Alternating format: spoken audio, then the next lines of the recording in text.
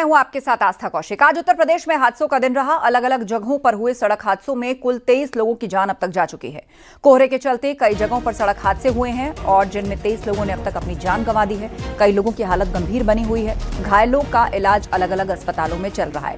मथुरा, उन्नाव, बागपत और बस्ती में भी सड़क हादसा हुआ।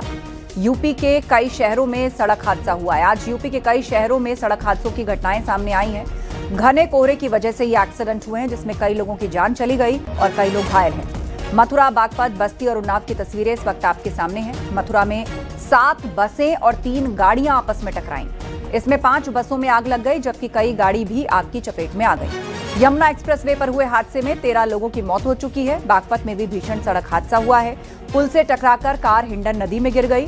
हादसे में कार सवार 2 लोगों की मौत हो गई जबकि कार में सवार 1 कांस्टेबल और 2 लोग गंभीर रूप से घायल हैं। बस्ती में ट्रक और बस की आमने सामने भीषण टक्कर हुई। हादसे में 4 श्रद्धालुओं की मौत हो गई जबकि 21 से ज्यादा श्रद्धालु घायल हैं। उन्नाव में भी सड़क हादसा हुआ। टायर फटने से कार डिवाइडर से टकरा गई और इस हादसे में 4 लोगों को जान गंवानी पड़ी।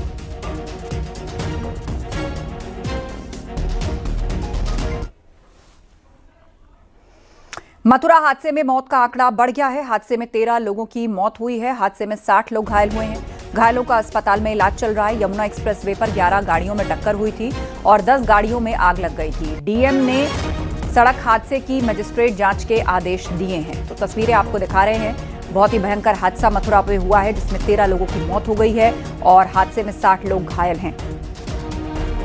वाहनों की हालत देखकर आप अंदाजा लगा सकते हैं कि इस भिड़ंत के बाद जब इनमें आग लगी उसके बाद इनकी ये हालत हुई तो जो सवारियां इसके अंदर बैठी थी, लोग इसके अंदर बैठे थे, उन्हें कितनी चोटें आई होंगी। 13 लोगों की मौत हो गई है।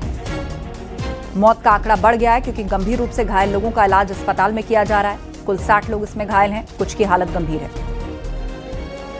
यमुना एक्सप्रेसवे पर एक दुर्भाग्यपूर्ण घटना हुई थी। इसमें 8 बसेस और 3 छोटे वाहन टकरा गए थे, फिर उनमें आग लग गई थी।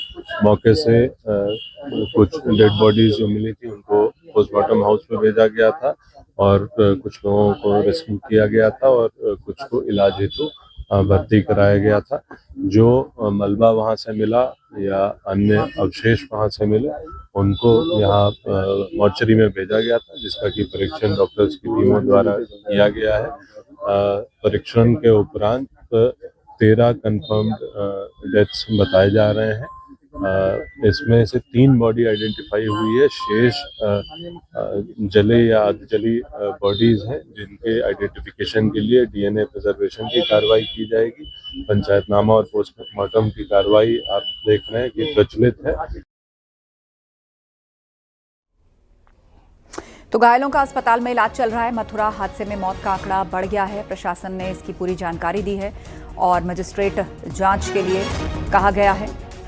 डीएम ने सड़क हादसे की मजिस्ट्रेट जांच के आदेश दिए हैं। हादसे में 60 लोग घायल हुए हैं। घायल लोगों का अस्पताल में इलाज चल रहा है। ये गाड़ियां आपस में टकराईं, किस तरीके से इनमें आग लग गई। कई यात्री जो इसके अंदर बैठे थे वो जिंदा जल गए, कई की हालत गंभीर है। कोहरे की वजह से 7 बस और 3 कारें आपस में टकरा गई। गाड़ियों के टकराने से कई गाड़ियों में आग लग गई। जिन बसों में आग लगी उनमें ज्यादातर स्लीपर बसें थीं। हादसे में 13 लोगों की मौत हो चुकी है। 60 से ज्यादा घायल हैं।